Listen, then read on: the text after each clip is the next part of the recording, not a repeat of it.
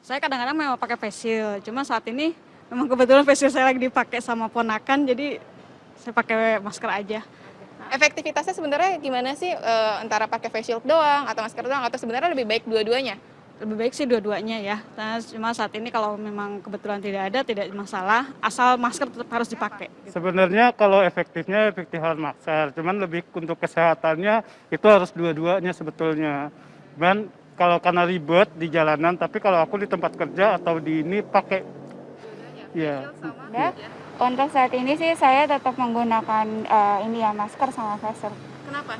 Alasannya buat double protection aja seperti itu sih. Karena kan sekarang kan apa namanya informasinya kan pakai masker aja nggak cukup, jadi biar lebih aman lagi saya pakai face shield. Sampai saat ini yang disarankan pemerintah adalah penggunaan masker ya. Apakah itu surgical mask, apakah itu masker kain 2 sampai 3 lapis, apakah itu masker N95 begitu ya. Itu adalah masker untuk melindungi bagian pernafasan, hidung, mulut. Kemudian face shield. Face shield sendiri untuk melindungi area wajah, mata begitu ya. Nah, apakah memang betul face shield ini berkontribusi untuk melindungi? Jawabannya iya, karena memang dari petugas kesehatan sendiri kita menggunakan face shield juga. Nah, bagaimana untuk penggunaan face shield dan masker secara terpisah? Tentunya ini akan mengurangi ya. Yang baik adalah menggunakan masker, menggunakan face shield juga. Kalau menggunakan face shield saja tanpa menggunakan masker, apakah memiliki efek protektif? Ada juga efek protektifnya, tetapi tidak sebaik kalau menggunakan dua-duanya. Seperti itu. Nah, selanjutnya mengenai masker. Kalau kita pakai surgical mask, nah itu dia bisa menyaring partikel-partikel yang lebih besar, seperti droplet, ya kan? Kemudian kalau kita memakai N95, dia lebih rapat lagi. Dia bisa menyaring sampai partikel aerosol yang lebih kecil, yang airborne.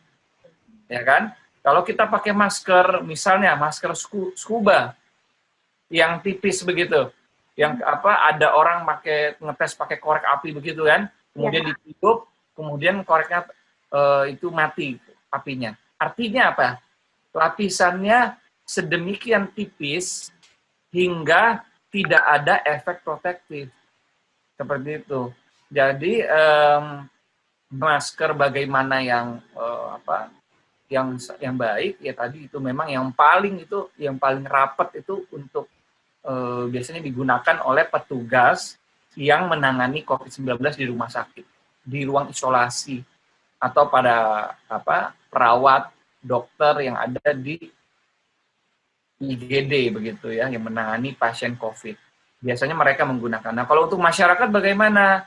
Untuk masyarakat tetap disarankan untuk menjaga jarak, physical distancing minimal 1 meter, bahkan lebih. Hindari kerumunan. Nah, keluar rumah jika perlu, membeli bahan kebutuhan pokok. Jangan nongkrong di kafe-kafe di ruangan tertutup, ya kan? Dengan tidak menggunakan masker, ngobrol-ngobrol dengan misalnya temennya yang tidak tahu ini dia interaksinya di luar bagaimana, kan seperti itu. Kemudian mencuci tangan dengan sabun, hindari menyentuh area wajah, hidung, mulut, mata, ya kan? Mencuci tangan sebelum dan sesudah makan, sesudah menggunakan toilet, itu mencuci tangan dengan sabun. Nah, saya kira protokol kesehatan itu perlu dijalani. Jadi tidak hanya mengenai masker. Jadi banyak tahap-tahap lainnya yang penting juga.